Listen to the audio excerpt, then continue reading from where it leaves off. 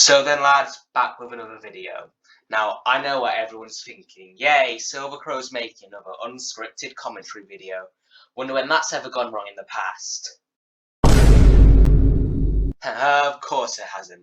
So you read the title and saw the thumbnail. Today we're going to be talking about the new upcoming Modern Warfare 2, Warzone 2, Microsoft buying Activision and all that shit. In this video, mainly my hopes, my worries, and just a quick warning, notice a lot of the word my being used there. This video will be talking a lot about my opinion, my thoughts, and the shit that goes on in my head, or that would probably get me demonetized. So yeah, let's get into this. Now, before we get into this properly, I should address the elephant in the room, and that is I'm not exactly a big, long-time COD fan because I'm younger than the series itself, and my parents haven't exactly been lenient with age restrictions over the years. My first COD game was in 2019 when I finally got a phone powerful enough to use COD Mobile, because my parents didn't know that I was playing certain games on my phone. Yeah, shit. Then it was Modern Warfare Remastered, yeah, because everyone remembers that game because that was a 16. Then you did see me play Modern Warfare 2019 for the first time. That was when I probably became a fan of the series, and I bet if I was around long enough, if I was around early, if I was born at the right time, I would be one of those OG fans, not those sweaty fat fucks in their mum's basement, but people you can tell have a passion for the series. And I've seen enough of the community of watching the videos to know what the deal is with the old games. I already know that the first few games, 1 to 3, are just the forgotten ancient times. I know that Modern Warfare to Black Ops 2 was the golden era. I know that Ghosts to Black Ops 4 was the dark ages. And people are going to look at the era that we're in right now, post-Modern Warfare 2019. It's going to be kind of a Renaissance era with some pretty good new games, and Vanguard. So yeah, let's carry on. Alright, so the first thing we should talk about is the premise and setting of the game.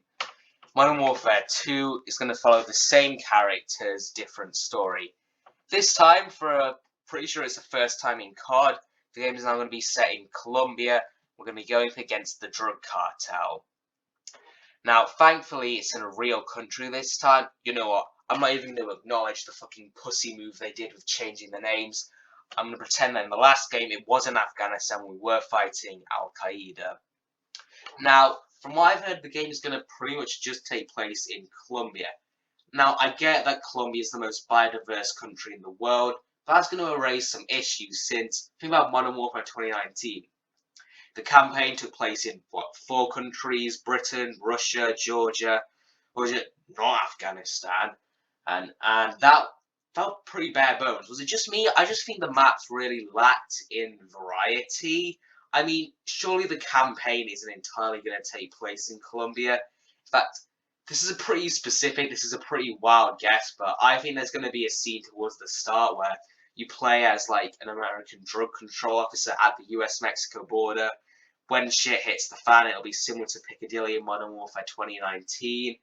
Yeah, that's pretty specific, and I don't know why I thought that, but they're probably setting it that place just to bring back Favela, which I heard was a really popular map from like the original Modern Warfare 2. But yeah, it said that in the leaked email and stuff that it's going to be like, for the campaign at least, less like tanks, planes, bombers, and all-out warfare. It's going to be using more stealthy materials for taking out the cartel, like small helicopters, dinghies, jeeps, going stealthily through the jungle. So following Task Force 141, it will probably be the same roster of characters we had before: Price, Gaz, Alex, Griggs maybe. I don't know if they're going to bring back Farah because, you know, her going to Georgia to take down the Russian gas factory was a bit of a stretch. Probably no way they're going to bring her back again. And just for the nostalgia money, they're definitely bringing back Roach, Ghost, and Soap. So yeah, it'll be the same cast of characters, new setting, new villains. I mean, the fact that it's against the cartel, I hope the multiplayer faction is going to be different. Was it just me who noticed that Allegiance and Coalition in Modern Warfare 2019 that's pretty vague. Like, I get that the Allegiance is supposed to be the bad guys and Coalition is the good guys, and that's kind of what it seemed, but notice that Farah's on the Allegiance fighting with the Russians against Price, Gaz, and Alex, and also distinctly see some soldiers with American uniforms fighting on the Allegiance, which is supposed to be Russian. So hopefully it'll just be like Task Force 1 versus the Cartel in multiplayer as well. I know they're not going to do this, but I really hope operators aren't a thing in this game. Like, they're definitely going to be operators. I just really hope there isn't going to be. Like, as rather than a COD game where you can fully customize your character, similar to, like, I don't know, Battlefield 5, that would really be so much better. But yeah, that's really all we have to talk about for the setting and premise.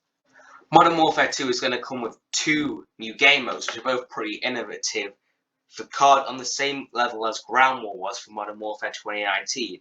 That's probably the only time that COD have ever innovated successfully, because if you remember, all the futuristic games had that quote-unquote advanced moving, which was anything but advanced, and then Vanguard bragged all their evolution and map destruction, which was just destroying only a few preset walls, those with less freedom in destruction than Siege. But yeah, it's having these 2 new game modes, which are new for the franchise. First of them being Demilitarized Zone.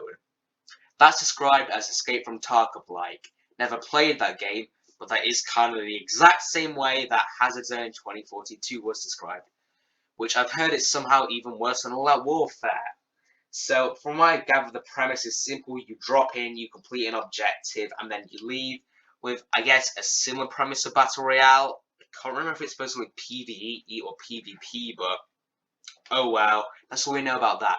The other game mode is called, well, it doesn't have a name, but it's a CQB type experience. So basically, it's described that there'll be an attacking team and a defending team, and each person in the team will have a certain role, which gives them abilities and guns, I guess, and then there'll be tourniquets for bleeding out, pretty random detail to add, but this game is described as being even more gritty than Modern Warfare 2019. If you remember, that had a lot of forced controversy, which really made us not care for the game. Like, you know, given the fact that most of it was set in fictional countries, you didn't give a shit about the people, then even the bits in real cities, look, St. Petersburg was already a good proportion through the game, which didn't make me care. Even if looking at Piccadilly, remember, that's London, and seeing London as like is always a good thing. But yeah, I guess close quarters combat would really provide a good way to give them all that forced controversy they really want to shoehorn into this game, aim to really separate themselves from Sledgehammer, which I appreciate that, I guess, because, you know, that's really opening windows to, I guess, more realistic experiences. They mentioned the tourniquets, and, you know, that's sort of game mode where hostage rescue would be a good style of gameplay. Yes, that's the thing we've never seen in COD before, and I guess that could provide the grittiness they want. Well, as long as the hostage has more personality than the Siege hostage, who won't bleed a drop of blood when he's shot and doesn't seem to give a shit when someone dies right in front of him. Speaking of Siege, it's really, you know, struck a lot of the Siege community, because half of them who think there's not enough gunplay and too much operator abilities are really happy at this game, that it's in COD, which is gun focused. And the other half who think there's too much gunplay and not enough operator abilities are pretty sad at this. I might be one of the only people on the planet who think Siege is a good balance between operator abilities and gunplay. So I don't really know how I feel about this game mode. But yeah, that's what we don't really know about the close quarters combat mode. My concern for this game is, if these 2 modes turn out to suck, when they're going to think that this game already has 2 new game modes and to not include Ground War. From what I've heard, Cold War and Vanguard didn't have Ground War, which is pretty fucking odd on Vanguard's half, considering that it's a fucking World War II game. If you remember, you know, World War II was actually fought in battles along fields instead of just a bunch of politically correct goons on the rooftops of Paris shooting at clones of each other. But yeah, they might decide that Ground War shouldn't be a thing in this game, which is a real shame. Ground War brought people into this game, like I mentioned before. This real innovation in COD. It's what made me love this game, really. It came as a surprise to me. I had no idea this game mode even existed. I know that they directly ripped off Conquest from Battlefield, for this game would just stick close to the COD's classic free-laid map design. When I played Ground War, pleasantly surprised me. Not as good as Conquest, but still pretty fucking good. Yeah, I'm pretty sure that they are going to decide to themselves that this game has too many game modes. Ground War isn't in this game. It'll be a real problem if those 2 new game modes turn out to suck, which could be a real issue even if Ground War even is in this game, because, you know, as we know, the promise of new game modes sucking is one of the worst things a game can do. So that's really all I have to say about that. Now, what we're going to talk about here is, this may sound a little familiar, don't you think?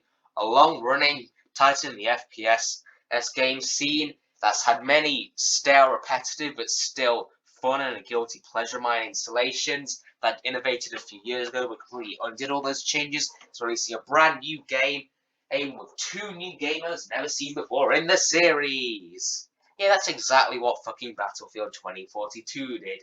We know how that turned out. And that is a prime example of the problem with over-ambition and how bigger does not always mean better. Yeah, I did kind of steal that part from the Axeman's review. Anyway, yeah, I'm definitely not the only person worried that this is going to turn out similar to 2042. Like, I've never seen anyone else say it, but it's a no-brainer. And as you know, I'm pretty fucking retarded at it. So, yeah, it's definitely going to maybe similar to 2042. But here's the thing. When they made that game, it was originally going to be a battle royale, but then they decided to change it halfway through. That turned out the way it did. COD already had a second battle royale, and, you know, that's pretty fucking good. Oh yeah, speaking of that other battle royale, Warzone 2. Yeah, it's confirmed that Warzone 2 will be a thing. We don't know much about this. They're not just going to change the map this time. It's going to be an entirely new game, hopefully with more than 1 maps. Yeah, as you know, the new Warzone map's pretty fucking bad. I was unlucky to get the game right after Vanguard came out. The 1 map I got to play in Verdansk 84 was so much more fun than any game I played on Caldera. Right, so yeah, hopefully this new Warzone is going to have a selection of multiple maps. And apparently the map from Demilitarized Zone will be involved in this. So yeah, that's really all we know about Warzone 2. Again, yeah, I'll have to stay put for updates. Could be something big, but then again, we don't know what release date is confirmed. It should be somewhere in 2023, which is after this game's supposed to be released. But yeah, we'll just have to wait and see. So now we discussed Microsoft buying Activision and shit. So yeah, I've never really been much of a considerable Microsoft fan. Haven't owned an Xbox since the 360. Tried Halo Infinite. Couldn't really get into Halo in general, really. You know, the only Microsoft games that have truly stuck with me have been Sea of Thieves and Forza. But I think that Microsoft buying Activision is going to be a really good thing. Because it's simple, really.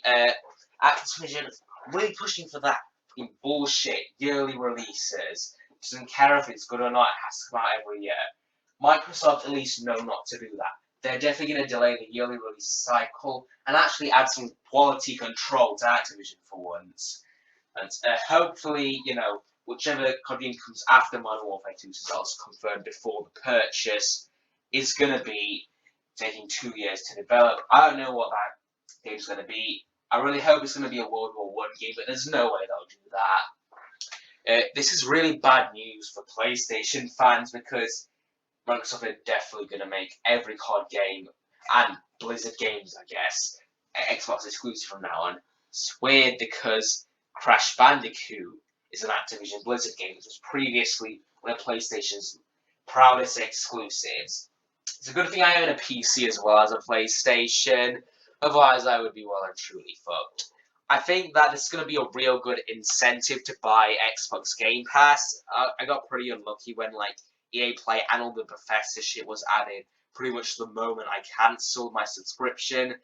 If they're adding like every COD game to the Game Pass, looking at everything now, I will be considering buying. But overall, I mean, if look at Minecraft. Minecraft was a pretty solid game before. When Microsoft bought it, you know, it really just improved in every way. And I won't listen to those cooks who say I only played 1.8 because since then it's just got not like Minecraft and too complicated. I don't think Bethesda have made any games since Microsoft purchase because you can tell they're waiting on something. But yeah, Microsoft has really done good for every single franchise that they've swallowed up whole with their big greasy mouth. So I really think this will bring the best for COD and the worst for PlayStation users. And yeah, now that Microsoft own both Halo and COD, it's going to mean that they have to deal with EA because, like I said before, this game is going to have a basically improved version of Hazard Zone, so you can tell they're just going for Battlefield's juggler at this point. Right? I mean, Microsoft probably have some deal with Sony, which lets them release these COD on the PlayStation. Otherwise, oh boy, we're gonna get pissed off PS5 fans. Good thing I still couldn't buy one, eh? Yeah, that's really all I have to say about the Microsoft Activision purpose. Did I say purpose? Fuck, I meant purchase. So yeah, that was that. My thoughts, hopes, and worries about Modern Warfare 2. I don't think I've had that many failed takes in a video before, and it's still going to turn out with a lot of mistakes that I just can't be bothered to remove. So yeah, that's really all I have to say. So yeah, if you liked it, feel free to subscribe, watch some of my other videos to join the Silver Crew. Like if you want, I don't really give a shit about likes. So then lads, that's the end.